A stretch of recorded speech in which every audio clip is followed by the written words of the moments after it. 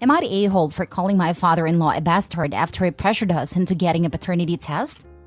In my husband's family, you inherit from your grandparents.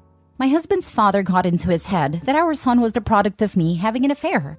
He said that he would not set aside money for him unless we got a paternity test. My husband told his father to go screw himself and we cut him off. It has been a couple of years now and he wants back into our lives, but he still wanted a paternity test. My husband and I talked about it, and we agreed under the condition that when it turned out that my husband was the father, the money for our son would be in an irrevocable trust for his future, even though obviously his grandfather has not passed away. He agreed, and we did a test sort of like 23andMe, but more reputable and private. It just so happens that my son is indeed my husband's child, but he is not related to a bunch of his paternal relatives. My husband's mom is a saint, and she divorced her ex a long time ago. Father-in-law immediately started crapping on her for cheating, since obviously the tests show that my husband was illegitimate. 2 tests later, and the results are back, and my father-in-law is definitely my husband's father. My father-in-law, however, is not the offspring of the man he always thought was his dad. We had a legally binding contract, so my son has inheritance waiting for him when he turns 25. We saw my father-in-law over the holidays, and he was complaining about how he had to liquefy some of his assets to set up the trust fund. I said that if he had just accepted his grandson and hadn't been such a bastard about it, then we would all have been happier. He got very quiet and very angry. He said I was being very rude to insult him like that. I said that he had been rude to insinuate that I was cheating on my husband, and that technically he was indeed a bastard. He is furious with me, and mad at my husband for letting me talk about him that way. My husband told him that he brought this all on himself, and that if he wants to be in our lives, he will treat us all with respect. He followed up that since we have the money now, there is nothing he can hold over us if we choose to kick him back out. We are hearing a lot from relatives of my husband. Some good, some bad. Overall, they think I need to be more polite, but they agree he did this to himself. Now for the top comments. And that technically he was indeed a bastard. LMAO. Sheesh, what a story. Let us know if he finds out who his bio dad was. Not the a-hole. Plot twist, it was to help. Screw their polite. He wasn't polite when he basically called you a loose woman. Now that your son's trust is set up, you should give him as much respect as he has given you. And go no contact, because he's a grade A jackass. So he barges into your lives demanding a paternity test, accuses you of cheating, but you need to be more polite? I think the heck not. You're not the a-hole, and your father-in-law needs an attitude adjustment. Not sure why I'd want to continue tolerating somebody like that in your lives, but congrats on a free trust fund. Yep. I'm sick of this mentality where people are supposed to be polite to the person who have utterly trashed and disrespected them. That's complete and utter BS, and anyone who dared to suggest that to me would get a solid telling off. Be the better/bigger person equals get back on the floor, doormat. As long as the abusive person has a preferred target, nobody else has to deal with the mess. Hope he and her dear husband aren't playing doormat. Good for them. Father-in-law wanted to play stupid games and won a stupid prize. Turns out, he is the illegitimate one in the family. I find that hilarious. Not the a-hole. All parties agreed to the terms. Don't dish out if you can't take it. Father-in-law is lucky you let him back into your lives. So as long as everyone is respectful, then there should be no further issues. Mean words? Yes. Warranted? Absolutely. Next story. My ex left me the majority of his estate amounting to $700,000, and his parents demand that I leave it to his wife and child. My ex and I were together for almost 20 years. We never got married because it never felt necessary and we were child-free. I had problems with birth control, so he chose vasectomy. I found out that he cheated on me 3 years ago and I left him. He got with his affair partner. 6 months later, I heard that they were married. I found out that I was pregnant with my current boyfriend a year into dating, and even though we still weren't there in the relationship, we thought that we could make it happen. And sure enough, we are very happy, and we love our little family very much. My ex kept texting me on occasions like birthdays and holidays, which I never answered, but when he heard about my daughter, he sent me a lengthy and hurtful text about me cheating on him, and he never texted me again. I never answered. A few months later, my ex ended his life. This was about 4 months ago. His wife is apparently giving birth anytime now. I was surprised. I was contacted by a solicitor to tell me that I have inherited my ex's estate. He had left everything to me, besides some to his parents' pension and his nephew. I got a letter from him apologizing for what he did and saying that he loved me and wished me and my family happiness, and he wanted to help with that. Now, his wife and parents are very angry and demand that I leave them everything. I don't know. Would I be the a-hole if I kept it because that is what I want actually and what he wanted? 1. Hire a lawyer. 2. Get lawyer to take care of the details. 3. Don't spend this money, as any and all money from the estate to them should have been taken care of by probate. But they may contest the will. 4. You are not obligated to give any of that money back unless ordered by the court. He had liquidated all his assets before he was gone, sold his house, etc. Everything is liquid assets. It sounds like he knew he'd been cheated on. As others have said, get a lawyer and a paternity test before you make any decisions. If you do decide to give the child any money, do so via a trust. Being that he married a affair partner, they may be in a place with presumptive paternity. Regardless, getting a legal professional to represent her interests is a must.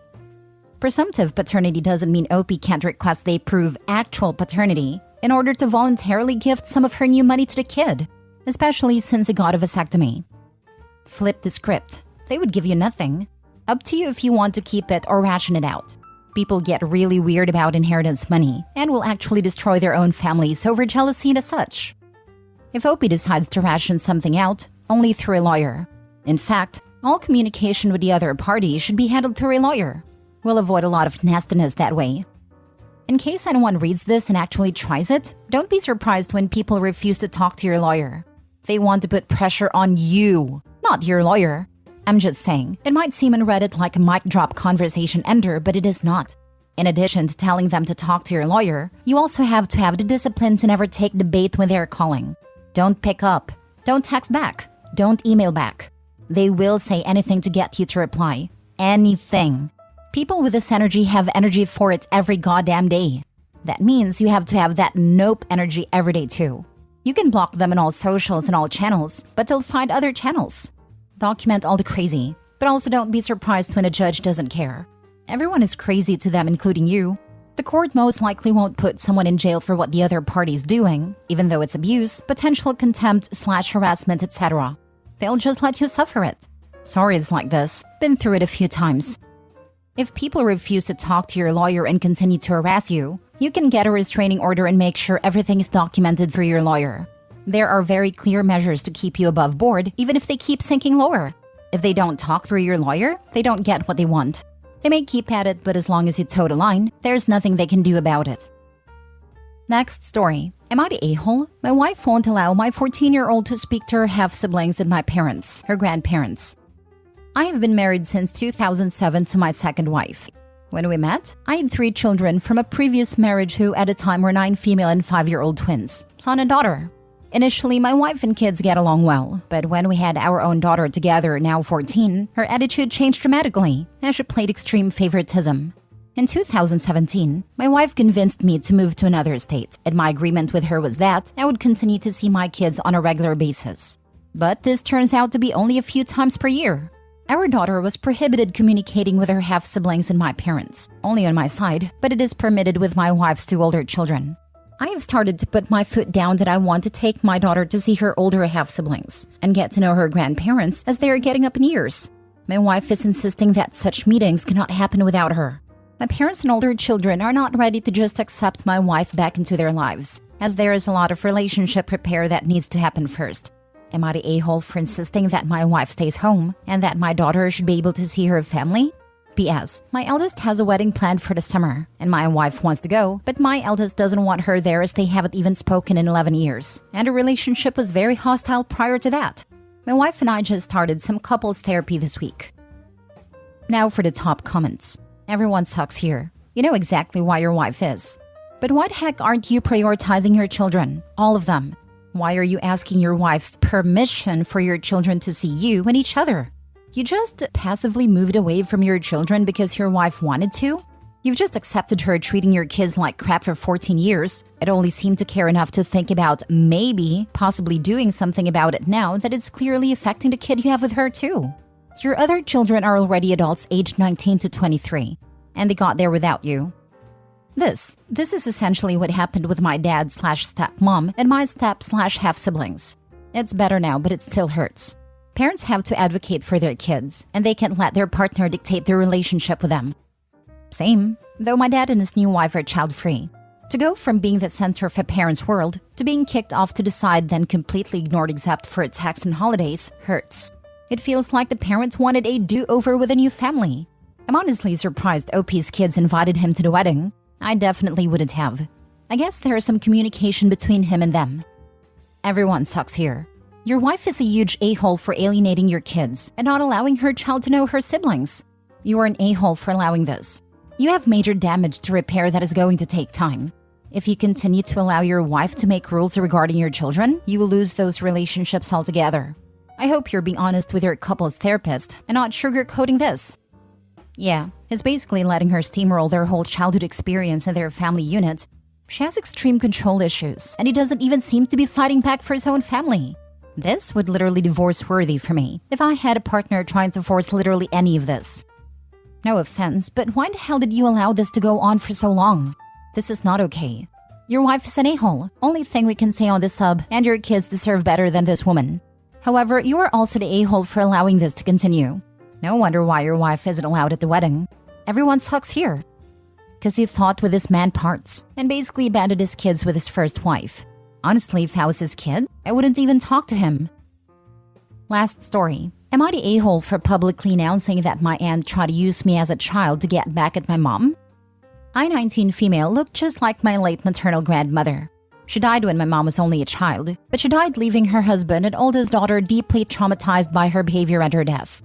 Her younger daughter, my aunt, was too young to remember her or anything about the life she gave her family. My grandmother did a lot of things that left their mark on the family, and my mom especially. To add to everything else, my mom is the one who found her mother at just 8 years old. So she has always carried that around with her. I only found out I looked just like her mother when I was 6, and my aunt told me I was just like her mommy, and she was showing me all these photos she had, and a childhood once really showed a resemblance. My aunt made a big point to tell me every single similarity we had. My mom never ever made me feel like I wasn't loved or like there was something wrong with me. The only reason I knew something was up was she wasn't able to hide a sadness in her eyes when she looked at me. I also did some snooping when I was little and heard her tell my dad about the struggle she had some days to see her mom's face in me. My aunt decided to use me to hurt my mom. When I was 12, she brought me to get my hair dyed behind my mom's back and pushed me to go blonde when I wanted pink hair. Turned out, my mom knew their mother is a blonde. I realized that when I saw my mom's eyes after seeing me with blonde hair. That was the point where I realized what my aunt was doing. There was other stuff before then, like she'd buy me clothes that were similar to what their mother would have worn. My aunt had a bunch of photos of her mother, so she knew the stuff she liked to wear. She gave me a nickname as a little girl, and got me so into it I tried to use it with everyone. It was a nickname my grandmother was given by some people in her life. My mom really hated that name too. I heard her tell Dad later that night. My mom adored my aunts and thought they were super close. So when I did realize what my aunt was doing, I made sure to tell her I was onto her and wouldn't be trusting her anymore. She did attempt to do some more messed up stuff, but eventually I told my dad, and he told my aunt to leave me the heck alone. We didn't see her for years during COVID or after, but then Grandpa's birthday happened just before New Year's, and she approached me and tried to manipulate me into doing the same stuff. Changed my hair and how I dress, etc. I told her I knew what she was doing, and laughed at the idea of it being to hurt Mom. So I lost my temper and made sure everyone heard what she had done when I was a kid, and that she was trying to do it again. My dad and some other people there forced my aunt to leave, but not before she told me I was such a witch for spoiling the party and publicly humiliating her. Am I the a-hole? Not the a-hole. We need to normalize shaming people who try to manipulate people to hurt others. Also, social media is a good way to get the truth out. Cutting horrible people out of one's lives should also be normalized. Aunt's behavior is heartless to put it lightly, and absolutely psychotic to put it honestly. My ex has people like this, and her entire family acted like it didn't happen. If you had a sexual predator in the family, you'd tell everyone so they could not violate children and mess them up for life. Emotional and mental assault. I want to elevate it from abuse to what it truly is. Assault is equally predatory and violating. You're still messing that child up, and if that graphic description makes it real to you, then understand that happened to my children before I was able to finally protect them. Your aunt may have inherited your grandma's mental health issues. You are right to protect yourself and your family by outing her. Shaming these horrible people out of a family and out of the public square needs to be a thing. She is to be an a-hole. You are protecting the next little girl or boy that predator tried mentally damage. You are a saint. You keep doing you. Props to you and your dad and family for backing you up and protecting the kids and family rather than the family name. Wish my exes had that much class. As a dad who's had to fix his kids, thank you. Not the a-hole. You got your grandmother's looks, but it seems your aunt got her personality. Quite the achievement, since she never knew her. Just tell her you were doing what she wanted and giving her a taste of grandma. If she was publicly humiliated by everyone knowing about her cruel little game, then it's probably time she looked in the mirror or went to a therapist for whatever messed up childhood resentment she held against her mom. Or don't bother. She obviously lives for the drama.